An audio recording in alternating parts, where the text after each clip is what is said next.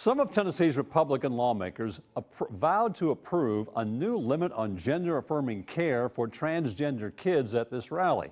Tonight, new polling on what voters think about limits for care for transgender people. Here's News 2's Adam Mincer.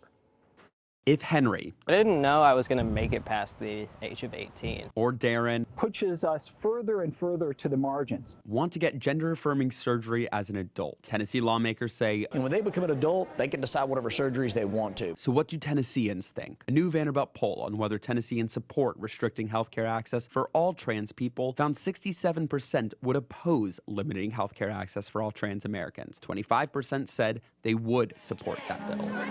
But when it comes to children having access to gender-affirming care, even with parental consent, the divide grows. I think I speak for many of my colleagues in the General Assembly that I can say that there is a grave concern about performing something on a child that is irreversible. My Republican colleagues continue to focus on non-issues and take aim at people with whom they may not agree. According to nationwide data from Pew Research, Republicans strongly support making it illegal to provide trans children with medical care to transition. 72% of Republicans in the U.S. support this legislation, but the issue's highly polarized. Support for this type of bill is at less than 50% of American adults. So while the governor and Senate Majority Leader say, frankly, I think most Tennesseans don't think those type of medical procedures for children should happen.